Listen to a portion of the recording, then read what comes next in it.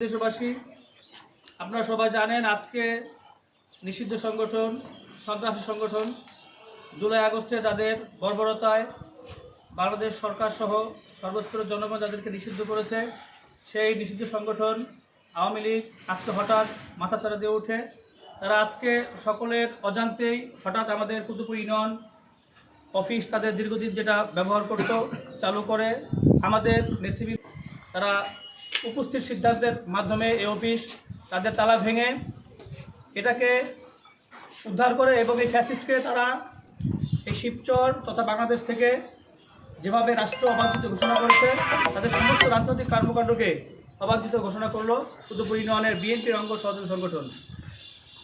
আমরা বলতে চাই, দেশের একজন নাগরিক হিসেবে তারা তাদের নাগরিক অধিকার সুবিধা নেবে, এটাই আমাদের কাম্য। কিন্তু ওরা কিছু রাজনৈতিক সহিংসতা করার চেষ্টা করলে কুতুবপুর ইউনিয়ন বিএনপি নয়, সারা বাংলাদেশের সর্বস্তরের জনগণ তাদেরকে শক্ত হাতে প্রতিহত করবে।